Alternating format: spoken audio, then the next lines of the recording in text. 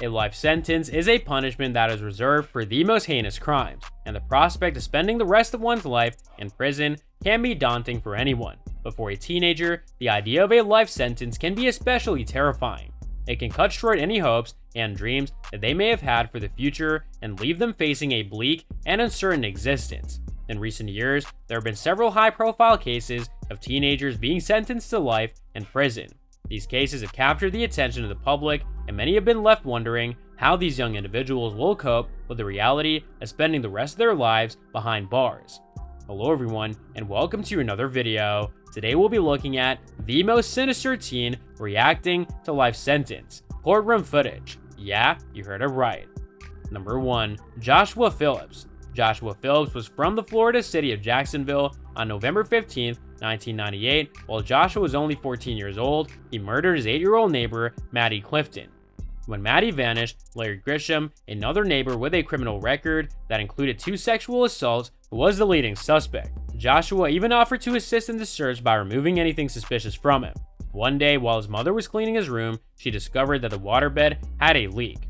A closer inspection would uncover the presence of a body beneath Phillips's bed. The body had blunt force trauma and many stab wounds. Joshua had invited Maggie to play catch with him. He claimed that he threw the ball too forcefully and struck her in the head. To avoid controversy, he struck her unconscious with a club, carried her to his room, and placed her under his bed, where she subsequently began to move and make noises. To ensure her silence, he fatally stabbed her. Philip was charged with life in jail without the possibility of release. Number 2. Eric Smith. On August 2, 1993, in Steuben County, New York, he assaulted and murdered Derek Robbie, who was just 4 years old, while he was only 13 years old. Derek and Eric resided in separate parts of town, but they played on the same baseball team a block away from Derek's residence. Derek's mother was responsible for her youngest kid when she made the regrettable decision to allow him to walk that block alone.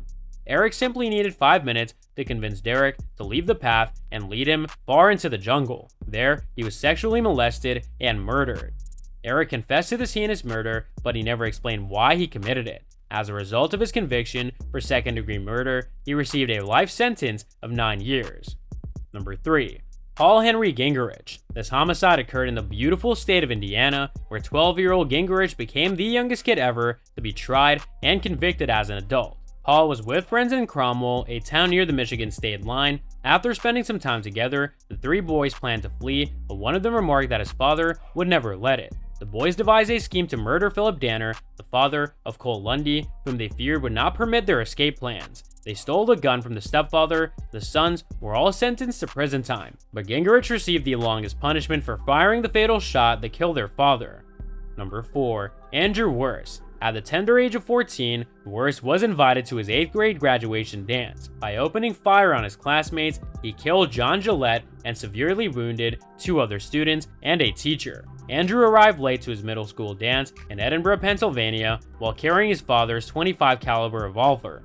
Worst also left a suicide note at home, but instead of turning the gun on himself, he opened fire on his classmates. To avoid a trial, Worst would be sentenced to third-degree homicide and attempted homicide. He was sentenced to 30 to 60 years in prison. Number 5. Andrew Golden and Mitchell Johnson.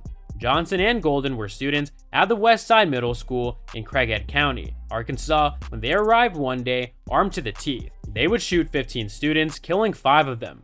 4 were students and 1 was a teacher. Johnson was just 13 years old and Golden was only 11 when they participated in the worst school shooting sprees in American history. The 2 boys became buddies while riding the bus, and they were both prominent bullies who constantly discussed creating a gang. The weapons and ammunition were stolen from multiple family members by the 2. Golden was subsequently released, although Johnson remains incarcerated. Number 6. Lionel Tate. Lionel Tate was tasked with making a record that nobody would want. He became the youngest person in the United States history to be sentenced to life without the possibility of release. Tate committed the killing in 1999 when he was only 12 years old, while the verdict was handed down to him in 2001 when he was 13 years old.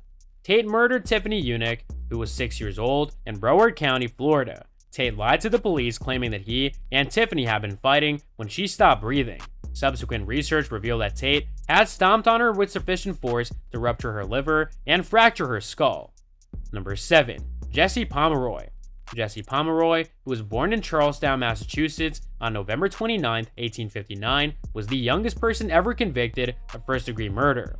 At the age of 11, he enslaved and tortured a number of children while claiming that he was going to play at home with them.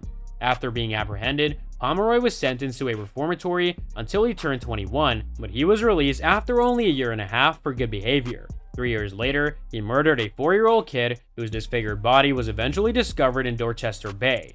He was then sentenced to life in jail and placed in solitary confinement. In prison, he later died of natural causes at the age of 72. So that's all from today's video. If you enjoyed it, remember to leave a like, subscribe, and ring that bell icon so that you never miss our upcoming videos. And don't forget to share your thoughts in the comments section down below. Stay tuned, and we'll catch you in the next video.